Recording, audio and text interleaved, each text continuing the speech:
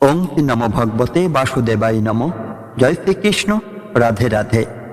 কখনো কি আপনার মনে হয়েছে আপনি অনেক কিছু জানেন, অনেক কিছু শিখেছেন, তবুও জীবনের সবচেয়ে গুরুত্বপূর্ণ প্রশ্নগুলোর উত্তর যেন কোথাও খুঁজে পান না?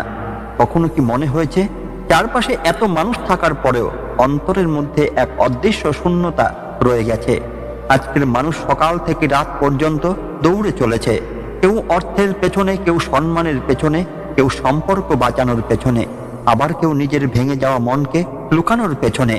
কিন্তু এই ছুটে চলার মাঝেই মানুষ ধীরে ধীরে ভুলে যাচ্ছে সে আসলে কে, কেন এসেছে, আর তার জীবনের প্রকৃত উদ্দেশ্য কি। শ্রীমদ্ ভগবত গীতার ৪র্থ অধ্যায় আমাদের সেই বিস্তৃত সত্যের দিকে নিয়ে যায়। এই অধ্যায় শুধু জ্ঞানের কথা বলে না, এটি মানুষের অন্তরের অন্ধকারে একটি প্রদীপ জ্বালায়। এটি আমাদের শেখায় মানুষ শুধু শরীর নয়, শুধু নাম নয়, শুধু সংসারের পরিচয় নয়। মানুষের ভেতরে এমন একটি চিরন্তন সত্তা আছে যা কখনো নষ্ট হয় না।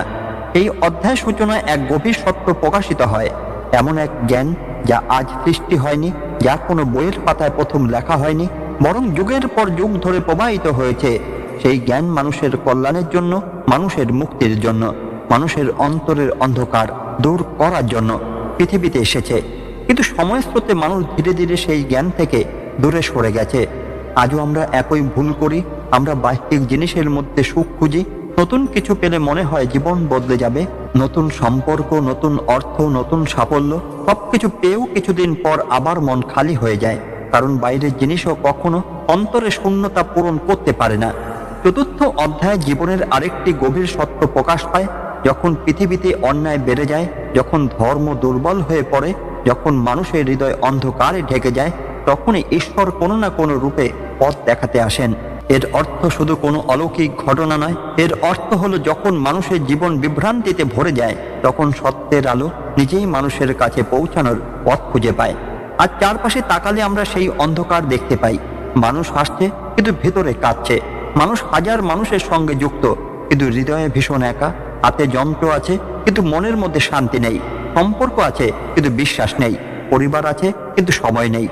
মানুষ যত বেশি বাইরের পৃথিবীকে জয় করছে, ততই নিজের ভেতরের পৃথিবীর কাছে হেরে যাচ্ছে। কারণ বাইরের যুদ্ধের চেয়ে ভেতরের যুদ্ধ অনেক কঠিন। নিজের মনকে জয় করা, নিজের ভয়কে জয় করা, নিজের লোককে জয় করা, এটাই মানুষের সবচেয়ে বড় যুদ্ধ। ৪র্থ অধ্যায় আমাদের শেখায় কর্ম শুধু হাতের কাজ নয়, কর্ম হলো চিন্তা, অনুভূতি, উদ্দেশ্য এবং চেতনার প্রকাশ। একই কাজ দুই ব্যক্তি করতে পারে, কিন্তু তাদের ফল এক হয় না, কারণ কাজের পেছনের ভাবনা আলাদা হতে পারে। কেউ স্বার্থের জন্য কাজ করে, কেউ কর্তব্যের জন্য কাজ করে, আবার কেউ ঈশ্বরের প্রতি সমর্পণ করে কাজ করে। আজ মানুষ ক্লান্ত, কারণ সে শুধু ফলের বোঝা বহন করছে। সে প্রতিদিন ভাবছে কি পেলাম, কত পেলাম, মানুষ আমাকে কতটা মূল্য দিল। এই হিসাব করতে করতে মন ধীরে ধীরে ভারী হয়ে যায়। কিন্তু গীতার শিক্ষা যেন হৃদয়ে মৃদু স্পর্শ করে বলে, তোমার কাজ তোমার হাতে, কিন্তু ফলের সমস্ত দায় তোমার কাঁধে নয়। নিষ্ঠার সঙ্গে কাজ করো, সততার সঙ্গে কাজ করো, কিন্তু নিজের শান্তিকে ফলের সঙ্গে বেঁধে রেখো না। কারণ যে মানুষ প্রতিটি কাজকে পূজার মতো গ্রহণ করতে শেখে, তার জীবনের সাধারণ মুহূর্তগুলো অসাধারণ হয়ে ওঠে। মানুষের জীবনে এমন অনেক মুহূর্ত আসে যখন সে নিজের পথ নিয়ে সন্দেহ করতে শুরু করে। মনে হয় এত চেষ্টা করেও কেন ফল মিলছে না, কেন অন্য কেউ খুব সহজে সবকিছু পেয়ে যাচ্ছে, অথচ নিজের জীবন যেন কাটার পথে হাঁটছে। এই প্রশ্ন শুধু আজকের মানুষের নয়, যুগে যুগে মানুষের অন্তরে এই প্রশ্ন জেগেছে। আর গীতার ৪র্থ অধ্যায় সেই অস্থিরতার উপর ধীরে ধীরে শান্তির হাত রাখে। এই অধ্যায়ের একটি গভীর শিক্ষা হলো, জ্ঞানহীন কর্ম মানুষকে বেঁধে ফেলে, কিন্তু জ্ঞানযুক্ত কর্ম মানুষকে মুক্তি দেয়। এর অর্থ এই নয় যে মানুষ কাজ ছেড়ে দেবে, বরং কাজের প্রকৃত উদ্দেশ্য বুঝতে হবে। কারণ মানুষ যখন শুধু নিজের লাভের জন্য কাজ করে, তখন সে কাজের দাস হয়ে যায়। কিন্তু যখন মানুষ কর্তব্য বোধ থেকে কাজ করে, তখন সেই কাজ ওই মুক্তির পথ হয়ে ওঠে। আজকের পৃথিবীতে আমরা এমন এক সময়ে বাস করছি যেখানে মানুষ প্রতিদিন অন্যের জীবনের সঙ্গে নিজের জীবনকে তুলনা করছে। কার কাছে কত অর্থ আছে, কে কত সফল, কে কত সম্মান পাচ্ছে। এই তুলনার আগুন ধীরে ধীরে মানুষের ভেতরে শান্তিকে পুড়িয়ে দিচ্ছে। মানুষ নিজের জীবনের আশীর্বাদগুলো দেখতে ভুলে যাচ্ছে। একটি গাছকে যদি প্রতিদিন তার পাশে দাঁড়িয়ে থাকা অন্য গাছের উচ্চতা মাপতে বলা হয়, তবে সে কখনো নিজের শিকড়কে শক্ত করতে পারবে না, কারণ তার সমস্ত মনোযোগ চলে যাবে অন্যের দিকে। ঠিক তেমনই মানুষ যখন নিজের অন্তরের বিকাশ ছেড়ে অন্যের জীবনের দিকে তাকিয়ে থাকে, তখন তার নিজের শক্তি ক্ষয় হতে শুরু করে। চতুর্থ অধ্যায় মানুষকে নিজের অন্তরের দিকে ফিরিয়ে আনে। এটি শেখায় সত্যিকারের জ্ঞান শুধু বই পড়ে আসে না, সত্যিকারের জ্ঞান আসে উপলব্ধি থেকে। অনেক মানুষ হাজার বই পড়ে, হাজার উপদেশ শোনে, তবুও জীবনের কঠিন সময় ভেঙে পড়ে। কারণ জ্ঞান শুধু মাথায় থাকলে যথেষ্ট নয়, সেই জ্ঞান হৃদয়ে প্রবেশ করতে হয়। যখন মানুষ বুঝতে শেখে যে জীবনের প্রতিটি ঘটনায় কোনো না কোনো শিক্ষা বহন করে, তখনই তার দৃষ্টিভঙ্গি বদলাতে শুরু করে। যে ব্যর্থতা একদিন অভিশাপ মনে হয়েছিল, সেই ব্যর্থতাই পরে জীবনের সবচেয়ে বড় শিক্ষক হয়ে দাঁড়ায়। যে মানুষ একদিন হৃদয় ভেঙে দিয়েছিল, সেই ঘটনাই হয়তো মানুষকে আরো শক্ত হতে শিখিয়েছে। গীতার শিক্ষা কখনো শুধু সুখের সময়ের জন্য নয়, বরং অন্ধকার সময়ে এই শিক্ষা সবচেয়ে বেশি আলো দেয়। কারণ সুখের সময় মানুষ খুব কম প্রশ্ন করে, কিন্তু দুঃখের সময় মানুষের ভেতরে সত্য জানার আকাঙ্ক্ষা জন্মায়। চতুর্থ অধ্যায় আরো শেখায় সন্দেহ মানুষের সবচেয়ে বড় শত্রু। যে মানুষ প্রতিটি পদক্ষেপে শুধু সন্দেহ করে, সে কখনো পূর্ণ শক্তিতে এগোতে পারে না। সন্দেহ ধীরে ধীরে মানুষের সাহসকে খেয়ে ফেলে, সে নিজের উপর বিশ্বাস হারিয়ে ফেলে। আজ অসংখ্য মানুষ নিজের যোগ্যতা নিয়ে সন্দেহ ভুগছে। কেউ ভাবছে সে যথেষ্ট ভালো নয়, কেউ ভাবছে সে কখনো সফল হবে না, কেউ মনে করছে তার জীবনের আর কোনো মূল্য নেই। কিন্তু গীতার শিক্ষা মানুষের কানে যেন নীরবে বলে, নিজের ভেতরে থাকা শক্তিকে ছোট করে দেখো না। কারণ মানুষের ভেতরে এমন এক আলো আছে যা বহু সময় ধুলোয় ঢেকে যায়, কিন্তু কখনো নিভে যায় না। মানুষের জীবনে সবচেয়ে বড় দুঃখ অনেক সময় বাইরে আঘাত থেকে আসে না, আসে নিজের ভেতরের অস্থিরতা থেকে। বাইরে সবকিছু ঠিক থাকলেও হৃদয়ের ভেতরে যেন এক অদৃশ্য ঝড় বয়ে যায়। চোখে ঘুম থাকে, কিন্তু মনে শান্তি থাকে না। চারপাশে মানুষ থাকে, তবুও হৃদয় নিঃসঙ্গ হয়ে যায়। কারণ মানুষের সবচেয়ে বড় যুদ্ধ অনেক সময় পৃথিবীর সঙ্গে নয়, নিজের মনের সঙ্গেই। শ্রীমদ্ ভগবত গীতার চতুর্থ অধ্যায় এই অন্তরে যুদ্ধকে বুঝতে শেখায়। এখানে এমন এক জ্ঞানের কথা বলা হয়েছে যা অন্ধকার ঘরে প্রদীপের মতো কাজ করে। সেই জ্ঞান মানুষের সমস্ত ভয়, মোহ এবং বিভ্রান্তিকে ধীরে ধীরে দূর করতে শুরু করে। যখন মানুষ অজ্ঞতার মধ্যে থাকে, তখন সে জীবনের প্রতিটি ঘটনাকে শুধুই সুখ এবং দুঃখের পাল্লায় মাপতে থাকে। কিছু পেলে আনন্দ, কিছু হারালে ভেঙে পড়া। এই ওঠানামার মধ্যে জীবনের সীমাবদ্ধ করে ফেলে। কিন্তু গীতার শিক্ষা বলে, জীবন শুধু পাওয়া আর হারানোর হিসাব নয়, জীবন হলো শেখার পথ, উপলব্ধির পথ, আত্মাকে চিনে নেওয়ার পথ।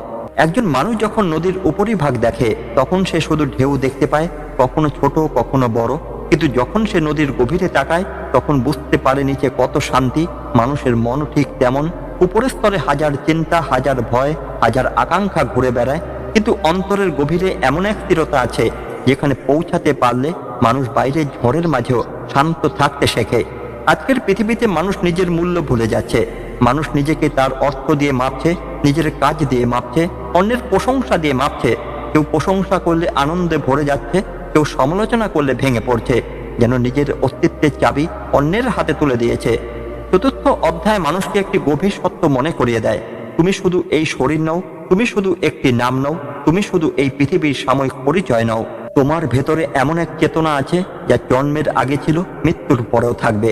এই উপলব্ধি মানুষকে অহংকার থেকে দূরে নিয়ে যায়। কারণ মানুষ যখন নিজেকে শুধু শরীর ভাবতে থাকে, তখন সে অহংকারে ভরে যায়। সে মনে করতে শুরু করে সবকিছু তার শক্তিতে হচ্ছে। কিন্তু সময় খুব নীরবে মানুষকে শেখায়, পৃথিবীর কোনো কিছুই স্থায়ী নয়। আজ যে ফুল ফুটেছে, কাল তা ঝরে যাবে।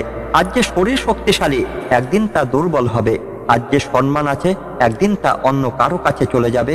কিন্তু যে আত্মা ঈশ্বরের আলো বহন করে, তার কোনো ক্ষয় নেই।